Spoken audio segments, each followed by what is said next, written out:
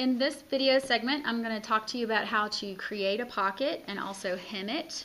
We're going to iron it first. As we talked about in the last segment, you want to make sure everything is flat and ironed and neat so that when we put it onto our apron, it'll be on there straight and not be bunched up. So just like with our apron, we're going to start with a little bit of spray starch. Don't go crazy with that. You don't need a lot. A little bit goes a long way. I'm going to iron this flat. When I cut my pocket out, I want to make sure that I don't cut it from the dead center of my fabric. That's going to end up with a lot of wasted resources, and we don't want to do that. So if I want to have a symmetrical pocket, I'm going to orient it the best way that's easiest for me. I'm probably going to fold it so that I can have that in the middle, and that way it'll be the same on both sides.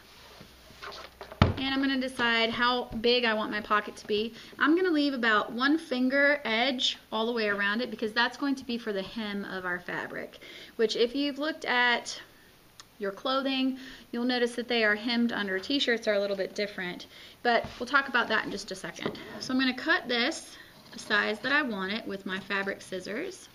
We talked about those in a previous segment as well. Now I'm going to open this up, press it flat again. Now we're going to talk about the hem. If I do not turn my fabric over like this and hem it, H-E-M, then what's going to happen is these little fibers are going to start to come out and come apart. And if that happens enough, then eventually you have no fabric left. So I'm going to add a little bit of my spray starch. It's not exactly fabric glue, but it does hold it in place where you want it to stay, which makes it much easier when you're sewing.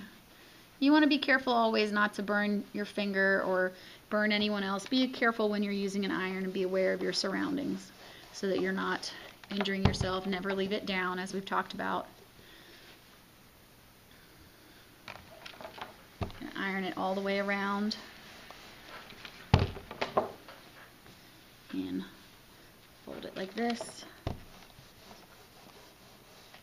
If you want to make a more decorative pocket, we're going to set this aside for right now. If you want to make a more decorative pocket, I'm going to use this same fabric just for easiness sake. Let's say I want to do one of those angled pockets that are so popular on t-shirts now with embroidery and monograms. The same thing is going to happen. I'm going to cut it in half, that way it's the same on both sides, and you're going to turn your hem over the same way. If you want to make a different pocket than that, and you want it to have a curved edge, again, I'm going to fold it in half just so I know that it's the same on both sides. I do want it to be symmetrical.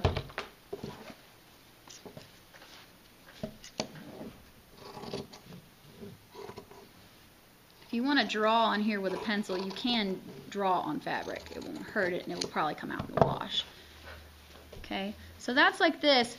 To make this edge stay curved for the hem, what I'm going to need to do is cut about a 1/2 inch on the curved edge in so that I can turn it up and it will stay curved. Because if I don't do that, it will not curve. And I'll show you what I'm talking about. You always want to turn your hem to the inside portion of your fabric.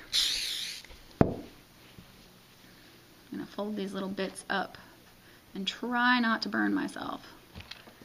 This is the part you have to be really careful about.